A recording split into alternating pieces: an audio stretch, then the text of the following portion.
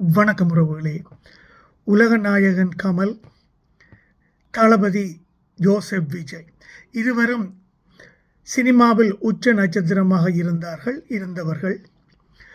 சினிமாவில் இருந்து அரசியலுக்குள் குதித்தார்கள். ஜோசப் விஜய் அவர்கள் போட்டியிட்ட முதல் தேர்தலிலேயே வெற்றி பெற்று ஆட்சி கட்டில் அமர்ந்தார். கமலஹாசன் அந்த அளவுக்கு ஜொலிக்கவில்லை. தான் போட்டியிட்ட தொகுதியிலேயே தோற்றும் போனார். இதற்கு காரணம் என்ன? அலசி பார்ப்போம். கமல் தனது லேட் 60s தான் அரசியலுக்குள் நுழைந்தார் உறவுகளே. ஆனால் ஜோசப் விஜய் அவர்களோ லேட் 40s அரசியலுக்குள் குதித்தார். அதனால் அவருக்கு ஒரு அட்வான்டேஜ் அவரது வயதின் காரணமாக கிடைத்தது என்பது முதலாவது பாயிண்ட். இரண்டாவதாக, கமலின் ரசிகர்கள் ஒரு 45-50 வயதை தாண்டியதாக மெச்சூரிட்டியான ரசிகர்களாகத்தான் இருந்தார்கள். ஆனால் ஜோசப் விஜய் அவர்களின் ரசிகர்கள் 45 வயதுக்கு குறைந்தவராக யூத்தாக இருந்தார்கள். அதுவும் விஜயின் வெற்றிக்கு வழிவகுத்தது உறவுகளே. கமலுக்கு குழந்தைகள், சிறுவர்கள் அவர்களின் ஆதரவு பெரிதாக இல்லை. ஆனால் விஜய்க்கு பள்ளி சிறுவர்கள், சிறுமிகள், குட்டீஸ் என்றெல்லாம் விஜய் கேன்வஸ் செய்து அவர்களின் ஆதரவை பெற்றதினால் அவர்களது மாமா, அப்பா, அம்மா, தாத்தாவை இன்ஃப்ளூயன்ஸ் பண்ணி அவரது வெற்றிக்கு ஓரளவு வழியை வகுத்தார்கள் என்பதும் உண்மைதான் உறவுகளே. உங்களுக்கு தெரியும், கமலஹாசன் எத்தனையோ வருடத்துக்கு முன்பே தனது ரசிகர் மன்றத்தை கலைத்து விட்டார். அவருக்கு ஒரு நல்ல சமூக பொறுப்பு இருந்தது. ரசிகர் மன்றம் எல்லாம் வைத்து கட்டவுட்டுக்கு பால் ஊற்றி கொண்டு, நீங்கள் உங்களோட வாழ்க்கையை வீணாக்க வேண்டாம், படத்தை பார்த்து ரசியுங்கள், அது போதும், அதற்காக ரசிகர் மன்றத்துக்குள் எல்லாம் சென்று வாழ்க்கையை வீணடிக்க வேண்டாம் என்ற ஒரு நல்ல கொள்கையின் அடிப்படையில் அதெல்லாம் கலைத்து விட்டவர். ஆனால் விஜய் அவர்களோ நீண்ட தூர பிளானை மனதில் கொண்டு ரசிகர் மன்றங்களை பசலை போட்டு, தீனி போட்டு வருடம் வளர்த்து கொண்டே வந்தார். அப்படி வளர்ந்து வந்தவர்களில் ஒருவர் தான் புசி ஆனந்த். அவர் ரசிகர் மன்றங்களின் தேவை தனக்கு அரசியலில் தேவை என்று அவர் அன்றே கணித்து அதை தொடர்ந்து ஊட்டி வளர்த்து வந்ததும் ஒரு காரணம் உறவுகளே.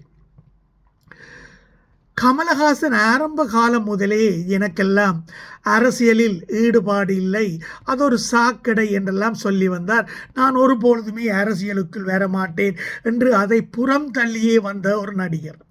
ஆனால் விஜய் அவர்களுக்கு ஆரம்பம் முதலே தான் ஒரு அரசியல்வாதியாக வந்து சிஎம்மாக வர வேண்டும் என்ற கனவு இருந்தது. அந்த கனவுக்கு ஏற்றவாறே அவர் தனது பாதைகளை மெல்ல வகுத்து வந்தார். தனக்கு ஒருபோதும் அரசியல் அபிலாஷை இல்லை என்று அவர் சொல்லவில்லை என்பதும் இங்கே குறிப்பிடத்தக்கது உறவுகளே. கமலஹாசனின் அண்ணா சொல்லியிருந்தார், கமலுக்கெல்லாம் அரசியல் சரிப்பட்டு வராது, வடிவேல் காமெடி மாதிரி அதுக்கெல்லாம் இவன் சரிப்பட்டு வர மாட்டான் என்று சாருஹாசனே சொல்லியிருந்தார். ஆனால் விஜயின் அப்பாவோ தனது மகனை எப்படியாவது சிஎம் ஆக்க வேண்டும் என்று கடுமையாக ஆரம்ப காலத்தில் உழைத்தவர் என்பது இங்கே குறிப்பிடத்தக்கது உறவுகளே. இரண்டு பேருமே அண்ணா திமுகவுடன் மோதல் போக்கை கடைப்பிடித்தார்கள். விஸ்வரூபம் படத்தில் கமல், தலைவா படத்தில் விஜய். இரண்டு பேருக்குமே அண்ணா திமுக மீது ஒரு வன்மம் இருக்கத்தான் செய்தது. அது இரண்டு பேருக்குமே பொருந்தும் உறவுகளே. பிக் பாஸ் மூலம் ஒவ்வொரு வீட்டுக்குள்ளும் கமலஹாசன் நுழைந்தது தனக்கு பெரிய பாசிட்டிவ் என்று கமலஹாசன் நினைத்தார். அது ஓரளவு உண்மைதான். ஆனால் விஜய் தேர்தல் பிரச்சாரங்களில் சொன்னார், தான் உலகளவும் நடித்து குட்டீஸுகின்ற மனங்களில் எல்லாம் இடம் பிடித்து தான் எல்லா வீடுகளிலும் ஏற்கனவே நுழைந்து இடம் பிடித்து விட்டேன் என்று சொன்னதும் இங்கே கவனத்தில் கொள்ள வேண்டியது ஒன்று உறவுகளே. இரண்டு பேருக்கும் குடும்ப பிரச்சனை இருக்கிறது, தங்கள் மனைவிமாருடன் பிரச்சனை இருக்கிறது. கமலஹாசனும் மனைவிகளை பிரிந்து மீண்டும் மனம் முடித்தார். லிவிங் டுகெதராக எல்லாம் வாழ்ந்தார். அதே பிரச்சனை விஜய்க்கும் இருந்தது. மனைவியை பிரிந்தார், வழக்கு இருக்கிறது, குழந்தைகளோடு மோதல் போக்கு இருக்கிறது, அப்பா அம்மாவோடு பிணக்குகள் இருக்கிறது. இப்படி 2 பேருக்குமே அந்த பிரச்சனை இருந்தபடியால் அதை நாங்கள் விட்டுவிடலாம். நடிகர்கள் என்றபடியால் ஊடக வெளிச்சம் 2 பேருக்குமே இருந்தது உறவுகளே. நடந்தால் போடுவார்கள், படுத்தால் போடுவார்கள், தும்மினால் போடுவார்கள், கொட்டாவி விட்டால் போடுவார்கள், பாத்ரூம் போனால் போடுவார்கள். எல்லா விதமான ஊடக வெளிச்சம் 2 பேருக்குமே இருந்தது. ஆனால் ஜோசப் விஜய் அவர்களுக்கு இருந்த சமூக ஊடக வெளிச்சம் கமலுக்கு இருக்கவில்லை. அது மாத்திரமல்ல, சமூக ஊடகத்தில் ஜோசப் விஜயும் அவரை சார்ந்தவர்களும் திட்டமிட்டு பல 1000 கோடிகளை முதலீடு செய்து அதன் மூலமாக பிரச்சாரங்கள் செய்து வெற்றியும் பெற்றார்கள். இந்த இடத்தில் கமலஹாசன் சறுக்கி போனதும் உண்மை உறவுகளே. மதம், கமலஹாசன் ஐயங்கார், ஆனால் விஜய் அவர்களோ கிறிஸ்டியன். இதனால் அவர்களது மத வேறுபாடுகள் கூட அவர்களுக்கு கிடைத்த வாக்குகளை தீர்மானித்திருக்கலாம் என்பது எனது கருத்து உறவுகளே. அது மட்டுமல்ல, அவர்களது சமூக வித்தியாசங்கள். விஜய் அவர்களுக்கு நிறைய அடித்தட்டு மக்களும் ஜாதி லிஸ்டில் சொல்லுவார்கள் தாழ்த்தப்பட்ட மக்கள் என்று. அதை நான் ஏற்றுக்கொள்வதில்லை, ஆனால் உங்கள் விளக்கத்துக்காண்டி சொல்கிறேன். அப்படி தாழ்த்தப்பட்ட மக்கள் நிறைய பேர் விஜய்க்கு வாக்களித்தது மாதிரி ஐயரான கமலஹாசனுக்கு வாக்களிக்கவில்லை என்பதும் உண்மைதான் உறவுகளே. ஆரம்பத்தில் இருந்தே கமலஹாசன் திமுக எதிர்ப்பை கையாண்டார். ஆனால் விஜய் அவர்கள் தொடக்கத்திலிருந்து முடிவு வரை திமுக எதிர்ப்பு என்பதை மட்டுமே எடுத்து கையாண்டார். இது அவருக்கு வெற்றியையும் கொடுத்தது. கமலஹாசன் ஆரம்பத்தில் அப்படி சொன்னார், பிறகு நிலைப்பாட்டை மாற்றி அவர் எங்கே போய் சேர்ந்தார் என்று எங்களுக்கு எல்லாம் தெரியும். அது மட்டுமல்ல உறவுகளே, கமலஹாசன் இடமும் போகாமல் பலமும் போகாமல் தான் மையத்தில் இருப்பேன் என்று சொல்லி ஒரு குழப்பத்தை ஏற்படுத்தினார்.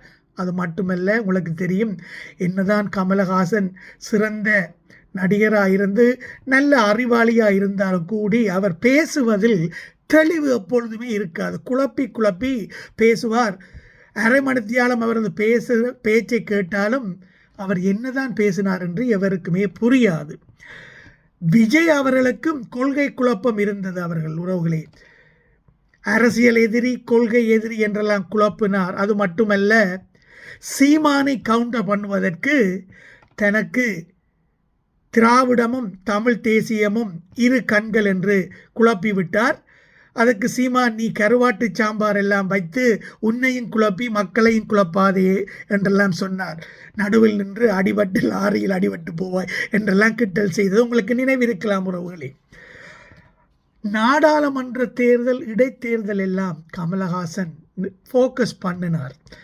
ஆனால் ஜோசப் விஜய் அவர்களே தொடக்கத்தில் இருந்து தாங்கள் நாடாளுமன்ற தேர்தலோ இடைத்தேர்தலோ எங்களுக்கு பொருட்டே அல்ல, எங்களுக்கு சட்டமன்ற தேர்தல் மட்டும்தான் எங்கள் இலக்கு, அதுவும் திமுக மட்டும்தான் தங்கள் இலக்கென்று தங்கள் இலக்கை சரியாக நிர்ணயித்தது கூட விஜயின் வெற்றிக்கு காரணமாக அமைந்து விட்டது உறவுகளே. இப்படி இந்த கம்பேரிசன் ஏன் ஜோசப் விஜய்க்கு வெற்றி வாகை கிடைத்தது, உலக நாயகனுக்கு ஏன் அரசியலில் வெற்றி கிடைக்கவில்லை என்பதற்கு என்னால் முடிந்தவரை சிலவற்றை எடுத்து உங்களுக்கு தூக்கி போட்டேன் உறவுகளே. புரிந்து கொண்டால் நான் மகிழ்ச்சி.